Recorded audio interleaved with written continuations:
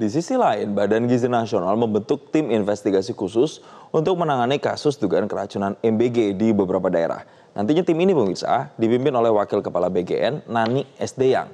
Tapi pertanyaannya bagaimana nanti kerja tim ini? Kita akan membahasnya langsung bersama dengan Wakil Kepala Badan Gizi Nasional, Nani Sdeyang, yang sudah tersambung bersama kami. Selamat pagi, Bu Nani. Selamat pagi, apa kabar? Kabarnya baik, Bu Nani. Semoga kabar anak-anak yang menjadi target penerima MBG juga baik-baik saja. Tapi pertanyaan saya sebelum nanti kita membahas soal tim investigasi, saya mau tanya dulu Bu, dari hasil investigasi yang sudah dilakukan, apakah kemudian masalah apa sebenarnya yang ditemukan ketika anak-anak ini terdapati keracunan oleh MBG, Bu? Sebelum saya menjawab, boleh ya saya sampaikan dulu. Saya atas nama BGN dan juga seluruh dapur SPPG di seluruh Indonesia memohon maaf kepada anak-anak di Indonesia penerima manfaat dan juga para orang tua apabila kami belum bisa memberikan pelayanan secara maksimal sehingga terjadilah hal-hal yang tidak kita inginkan. Insya Allah ke depan akan kita terus perbaiki dan mudah-mudahan tidak akan terjadi lagi kasus-kasus yang seperti diberitakan belakangan ini. Demikian Mas. Kalau soal kerja, ya tadi yang ditanyakan kerja tim investigasi ya.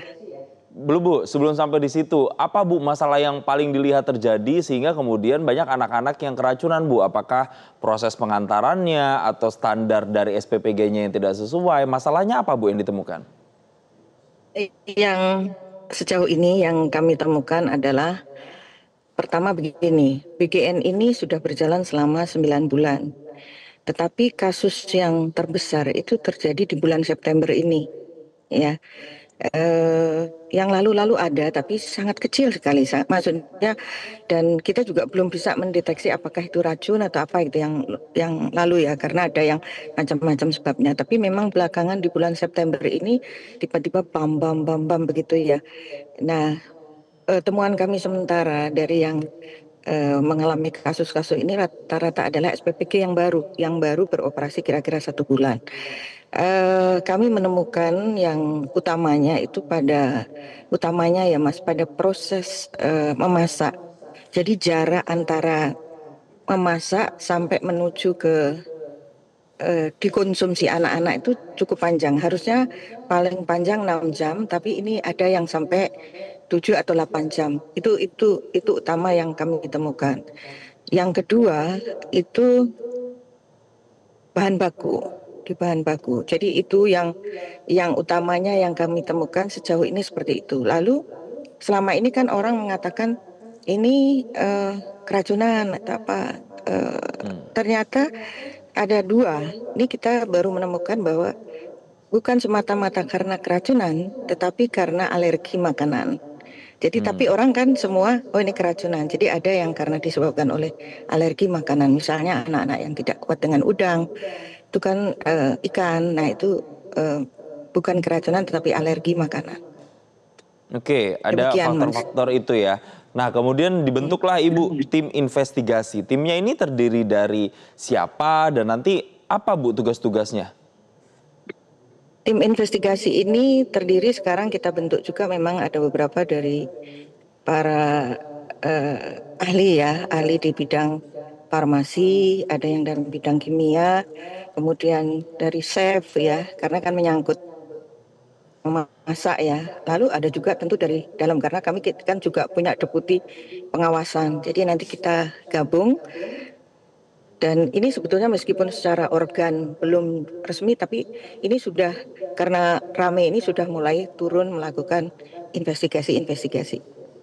Makanya tadi kita menemukan, ada yang saya sampaikan ke Mas tadi, kita bisa menemukan beberapa hal penyebabnya ini, supaya kami kan bisa melakukan perbaikan gitu, Mas.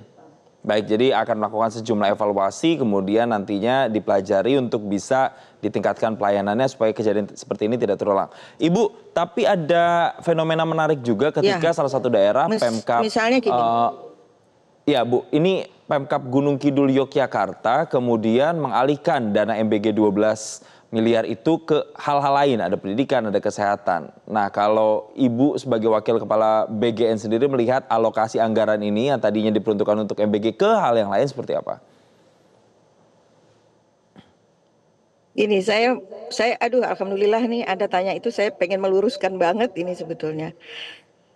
Jadi orang ini kan confused seolah-olah itu kita mengirim uang ke mana namanya, ke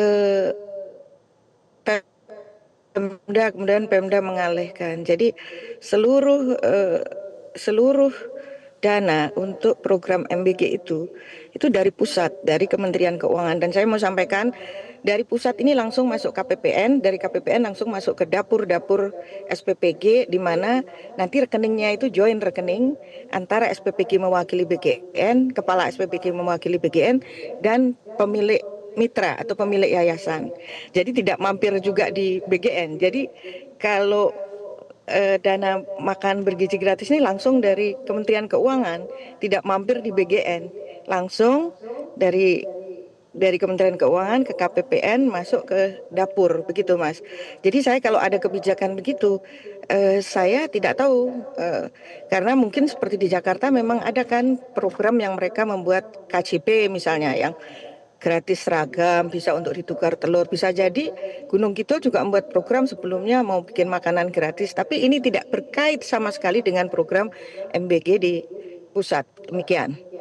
Oke, jadi tapi yang terpenting adalah sekarang bagaimana selain daerah tadi, tapi seluruh daerah yang menjadi target itu benar-benar bisa tersalurkan MBG-nya tanpa kita harapkan kejadian-kejadian seperti ini bisa terulang lagi. Terima kasih Wakil Kepala Badan Gizi Nasional Nanik S. Deyang telah memberikan konfirmasinya bersama kami. Selamat pagi Indonesia.